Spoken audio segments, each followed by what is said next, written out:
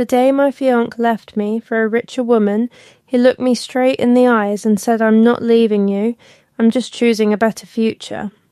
He said it calmly, like he had rehearsed it, like he had stood in front of a mirror and practiced the exact right way to destroy someone without raising his voice.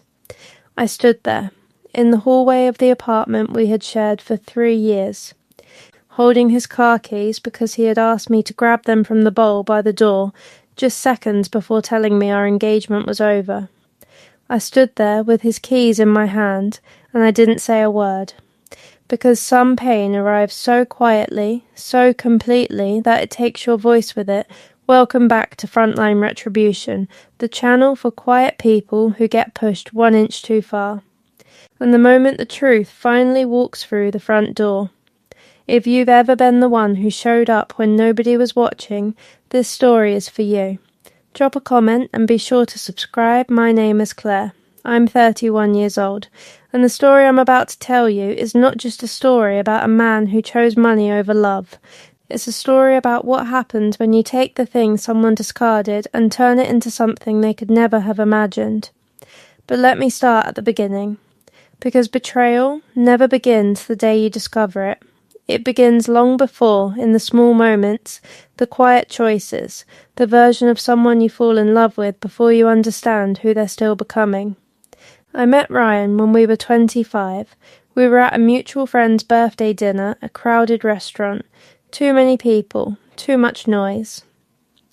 I was seated at the far end of the table, trying to hear the conversation over the music, when the man next to me leaned in and said, "I give this dinner another 40 minutes before someone suggests moving to a bar none of us actually want to go to." He was right. It was exactly 43 minutes. We talked the entire night, not the performative talking of people trying to impress each other, the real kind, about where we'd grown up, what we'd wanted to be as children versus what we'd actually become, what we were still figuring out.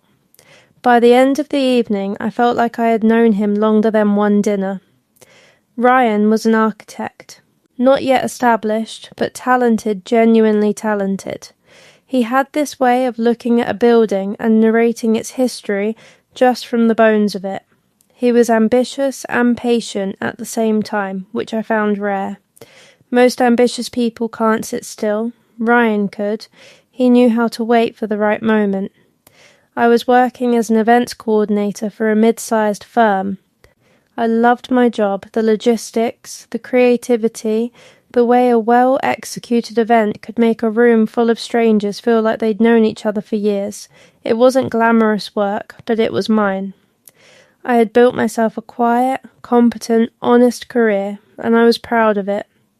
Ryan and I moved slowly at first, dinners that stretched into late evenings. Weekend walks that turned into long conversations about everything. He met my parents 6 months in. I met his family at Christmas. We fit together the way two people can when they are at similar places in their lives, not perfect, but genuinely aligned. 3 years in, he proposed. A quiet morning at home, coffee on the table, sunlight through the curtains. He reached across and put a small box in front of me, without ceremony, and said, "I think we should do this properly." I loved him for the lack of performance, for the trust that the moment didn't need dressing up. We planned the wedding for 18 months out, sensible, careful, the way we approached most things. My mother was thrilled.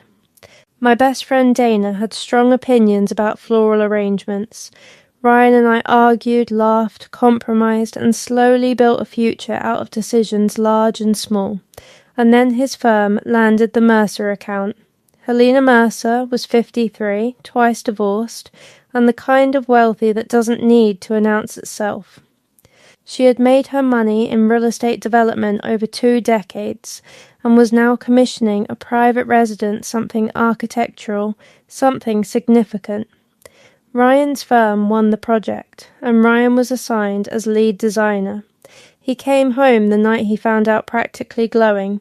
I had never seen him quite like that. I poured us wine, and he talked for an hour about the scope of the project, the vision, what it could mean for his career. I sat across from him and felt genuinely happy for him. This was what he had been working toward. I didn't understand then what I was actually watching. What I was watching was Ryan beginning to see a version of his future that didn't include me in it. It started small, as these things always do. Later evenings at the office.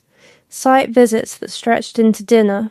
The phone turned face down on the coffee table, a new careful quality to his answers when I asked how the project was going. Not dishonest exactly, but measured. Edited, I noticed. Of course I noticed. But I am someone who believes in asking directly before assuming, and so I asked. One evening over dinner I said, "Is everything okay? You seem somewhere else lately." He looked at me across the table and said, "I'm just under pressure. This project is the biggest of my career. Give me a few weeks." I gave him the weeks. Because that is what you do when you trust someone. You give them the benefit of the doubt, and you give them space. And you trust that the person who proposed to you, over coffee on a quiet morning, is still the person sitting across from you at dinner. I was wrong to trust, but I was not wrong for trusting. There is a difference. 6 months into the Mercer project, he told me about a client dinner he had to attend. Formal, he said. Important, Helena preferred to conduct business in social settings. He'd be home by 10. He was home by 10. But the Ryan who walked through the door at 10 was not the same one who had left 6 hours earlier. Something had shifted. Something had settled in him like a decision that had finally been made. I felt it before I understood it. 2 weeks later, on a Sunday evening, he asked me to sit down. And then he told me. He didn't call it an affair, though that is what it was. He said they had connected. He said Helena understood the world he was trying to build. He said being with her would open doors for his career that years of work alone might never open. He said he still cared about me deeply, and then he said at the sentence I have replayed more times than I can count, "I'm not leaving you. I'm just choosing a better future." I sat with his car keys in my hand, the ones he had asked me to grab from the bowl, as if the act of leaving required props, as if even his exit needed to be organized. I set his keys down on the table, and I said, very quietly, "Then take them, and go build it." He did. He took his things over the course of that week. Methodically, carefully, the way he did everything, and with every box that left that apartment, I felt something strange happening inside me. Not collapse, not the falling apart I had expected. Something else. Something that felt, uncomfortably, almost like clarity. Because the woman standing in that empty apartment, watching the life she'd planned, disappear into cardboard boxes, she was not going to disappear with it. She was just getting started. The first week alone was the hardest. Not because of the silence, though the silence was heavy in a way I hadn't anticipated, but because of the small things. The extra coffee cup I still reached for out of habit. The side of the bed that stayed untouched. The way Sunday mornings, which had always been ours, suddenly had no shape to them at all. Grief is strange when it's mixed with anger. The two feelings don't sit neatly side by side, they twist around each other, trading places without warning. 1 hour I would feel the loss of him, of us, of everything I had believed we were. The next hour I would feel a rage so clean and cold it almost felt like strength. Dana came and stayed for the first 3 days. She didn't try to fix it or reframe it. She just stayed, made food I barely ate, sat with me through the silences. On the second night she said, "You are allowed to fall apart. Just don't unpack and live here." I held on to that. The professional humiliation came next, and in some ways that was harder to absorb than the personal pain. Because Ryan and I had a shared social world, colleagues who knew us as a couple, people who had come to our engagement dinner, raised glasses to us, wished us well, and now those same people were watching Ryan attend industry events with Helena Mercer on his arm. I heard the whispers second-hand, the way these things always travel through friends of friends, through careful mentions, through things people almost don't say, that Helena had introduced Ryan to her network, that he had been offered a partnership role at a new firm she was involved with, that his career, in a matter of months, had accelerated in ways that years of honest work hadn't managed. He had traded love for leverage, and for a while, at least on the surface, it appeared to be working. People didn't say it to my face, but the implication was always there, underneath the kind words and the sympathetic looks he chose up, and you were left behind. I want to be honest about what that did to me. I want to be honest because I think there's a version of this story where the woman in my position holds herself together perfectly dignified, composed, moving forward with quiet grace from the very first moment. That was not my story, not entirely. There were days I questioned everything, whether I had been enough, whether I had paid close enough attention, whether there were things I could have done differently that might have changed the ending. Grief has a way of turning inward like that, of looking for fault in yourself, because the alternative accepting that someone simply chose to betray you is almost harder to hold. But I had Dana, and I had work, and slowly those two things became the structure I rebuilt around. My job in event coordination had always required a particular kind of resilience, the ability to keep a calm surface when everything underneath is shifting. I had spent years developing that skill professionally, without realizing I was also developing it personally. Now I leaned on it. I went back to work 10 days after Ryan left. I took on more projects than I probably should have. I stayed late, I arrived early, and I poured everything I had into the work in front of me. 3 months in, I was offered a promotion. Senior coordinator, with oversight of the firm's largest annual corporate clients. My manager called me into her office and said, "Honestly, Claire, whatever's driving you right now, keep it." I smiled and said thank you. I didn't tell her what was driving me. But she wasn't wrong. It was around this time that I started to see Ryan's social media presence shift. He had never been particularly active online, but Helena's world was a visible one, and he was now part of it. Charity events, architectural showcases, industry galas, photographs of the two of them, polished and composed. Ryan in suits I didn't recognize beside a woman who moved through every room like she had commissioned it. I want to tell you I didn't look. I did look. Once, and then I made myself stop, not because it hurt too much, but because I noticed something when I looked. Something important. He looked careful in every photograph. Composed, yes. Successful, yes. But careful. Like a man remembering to stand correctly. Like someone performing a version of himself he was still learning the lines to. That was the moment something shifted for me. Not anger, not triumph, just recognition. Ryan had not found himself in Helena's world. He had lost himself in it, and the price of that particular trade was something no bank account could cover. I stopped looking, and I started building. My promotion brought new responsibilities, including, for the first time, oversight of a national conference our firm organised annually. It was our biggest event of the year, 3 days, multiple venues, hundreds of attendees from across the industry. I had assisted on it twice before. Now I was leading it.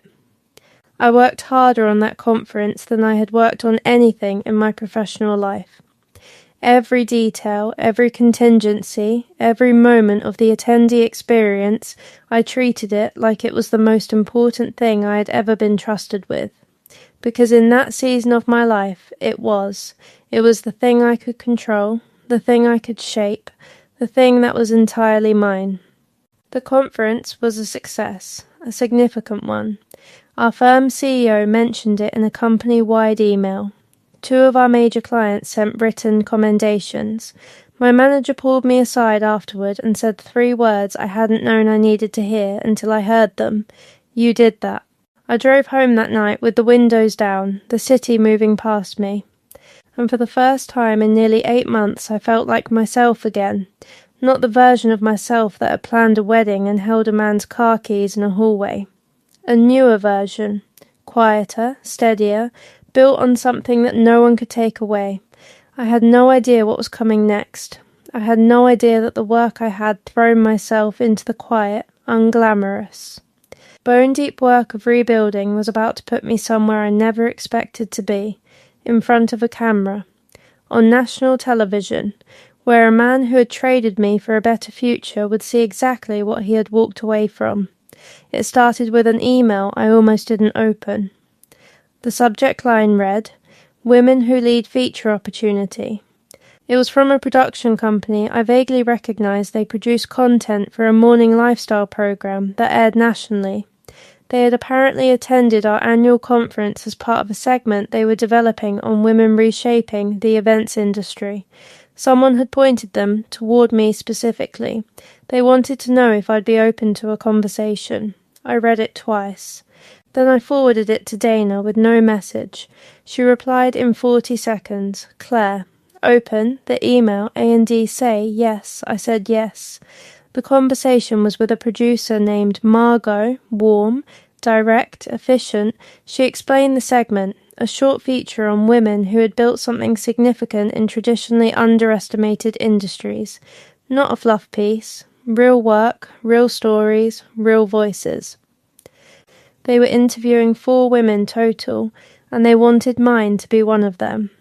She asked me to share a little of my background, and I told her honestly, without drama, about the last year. The engagement ending. The choice I made to go inward instead of unravelling. The promotion. The conference. The version of myself I had found in the rubble of something that had broken. Margot was quiet for a moment. Then she said, "That's the story.